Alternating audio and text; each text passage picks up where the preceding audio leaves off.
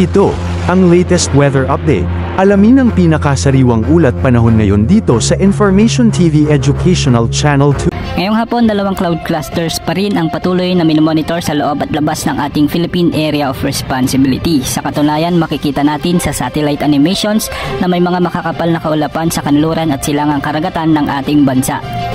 Ang mga kaulapang ito ay bahagi ng papalapit na habagat at ang umiiral na Intertropical Convergence Zone. Sa ngayon ay patuloy pa rin na binabantayan dalawang kumpol ng kaulapan na posibleng maging aktibong low pressure area sa mga susunod na oras. Ang isang kumpol ng kaulapan ay namataan sa West Philippine Sea, ngunit mababa pa din ang tsansa na makaapekto ito sa bansa at inaasahan itong lalayo patungong Vietnam area at posibleng maging bagyo ayon sa Pag-asa.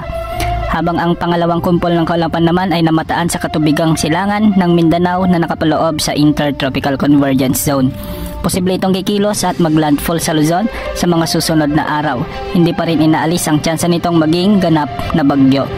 Inaabisuhan natin ang lahat na mag-monitor at magantabay sa mga susunod na updates ukol sa sama ng mga panahon na ito. Ngayong hapon, makararanas ng maulap na kalangitan na may mga pagulan ng ilang bahagi ng Mimaropa, Western Visayas, Zamboanga Peninsula, Bicol Region, BARMM, Soc-Sargen, Misamis Occidental, Lanao del Norte at Davao Occidental dulot ng umiiral na Intertropical Convergence Zone. May mga inaasang pagulan din ngayong hapon hanggang gabi dahil sa localized thunderstorms sa bahagi ng Ilocos Region, Central Luzon, Cordillera Administrative Region, Metro Manila, Calabarzon at Eastern Visayas. Posible rin ang mga pagulan sa bahagi ng Northern Mindanao at Caraga. Mag-ingat po sa banta ng pagbaha at pagguho ng lupa.